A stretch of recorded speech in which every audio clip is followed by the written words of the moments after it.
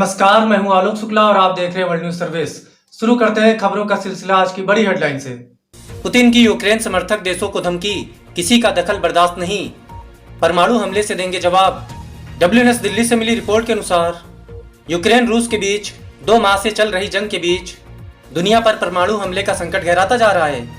रूसी राष्ट्रपति Vladimir Putin ने यूक्रेन का साथ देने वाले पश्चिमी देशों को अप्रत्यक्ष रूप से परमाणु हमले की धमकी दे डाली है। पुतिन का इशारा इंटरकॉन्टिनेंटल बैलिस्टिक मिसाइल सरमट की तरफ था। सेंट पीटर्सबर्ग में संबोधित करते हुए पुतिन ने कहा, यूक्रेन में जो हो रहा है, अगर उसमें कोई दखल देता है तो रूस बिल्कुल भी बर्दाश्त नहीं करेगा और परमाणु हथियारों का इस्तेमाल करने से भी जरा सा भी हिचकिचाएगा नहीं। असम में बोले पीएम मोदी, कभी यहाँ बम गोलियों की आवाज सुनाई देती थी, आज गूंज रही तालियां। WNS दिल्ली से मिली रिपोर्ट के मुताबिक प्रधानमंत्री नरेंद्र मोदी ने असम में पशु चिकित्सा विज्ञान कृषि मॉडल सरकारी कॉलेजों की नींव रखी। इस दौरान पीएम मोदी ने कहा कि भाजपा की डबल इंजन सरकार का प्रभाव असम में स्थायी शांति, तेज विकास के लौटने से दिखाई देता है।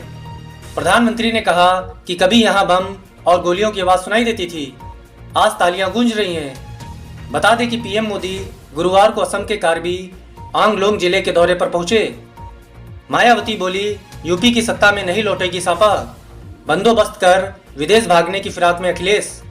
WNS लखनऊ से मिली रिपोर्ट के अनुसार बहुजन समाज पार्टी के अध्यक्ष मायावती ने उनको राष्ट्रपति बनाए जाने संबंधी समाजवादी पार्टी प्रमुख अखिलेश यादव के बयान को खारिज करते हुए बृहस्पतिवार को कहा कि वह देश की प्रधानमंत्री बनना पसंद करेंगी और राष्ट्रपति बनने का सपना कभी नहीं देख सकती। मायावती ने एक बयान में यह बात कही।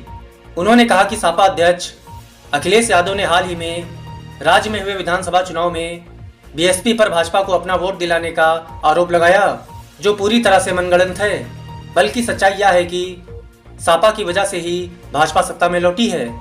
मायावती ने आगे कहा, ऐसे में सपा आप कभी उत्तर प्रदेश की सत्ता में नहीं लौटेगी, इसलिए अखिलेश यादव अब विदेश भागने की फिराक में है, जहां उन्होंने पहले से ही अपना काफी बंदोबस्त कर लिया है। हाईकमान की बैठक से राहुल गांधी की दूरी ने प्रशांत किशोर का चैप्टर किया बंद, ऐन मौके पर चले गए विदेश।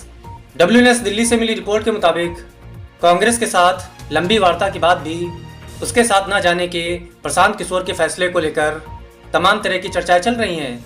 कहा जा रहा है कि कांग्रेस उनकी मांगों को मानने के लिए तैयार नहीं थी और इसी के चलते बात नहीं बन सकी। कांग्रेस सूत्रों का कहना है कि प्रशांत किशोर अपने लिए कांग्रेस में अहमद पटेल जैसा रोल चाहते थे, जिस पर हाईकमान में सहमति बनती नहीं दिखी। लेकिन अब एक नई बात प्रशांत किशोर कैंप की ओर से सामने आई है। सूत्रों के हवाले से कहा गया है कि राहुल गांधी की बेरुखी ने भी बात को बिगाड़ने का काम किया है। अजय देवगन को पूर्व CM सिद्धारमैया का जवाब, हिंदी हमारी राष्ट्रभाषा कभी नहीं थी और न होगी। WNS मुंबई से मिली रिपोर्ट के मुताबिक हिंदी के राष्ट्रभाषा को लेकर बॉलीवुड स्टार अजय देवगन और कन्नड़ अभिनेता सुदीप किच्चा के बीच छिड़े विवाद में अब कर्नाटक के पूर्व मुख्यमंत्री सिद्धारमैया भी कूद पड़े हैं। अजय देवगन के हिंदी हमारी राष्ट्रीय भाषा थी और रहेगी के बयान पर प्रतिक्रिया देते हुए सिद्धारमैया ने कहा कि ना तो हिंदी उनकी कभी राष्ट्रभाषा थी और ना ही कभी रहेगी।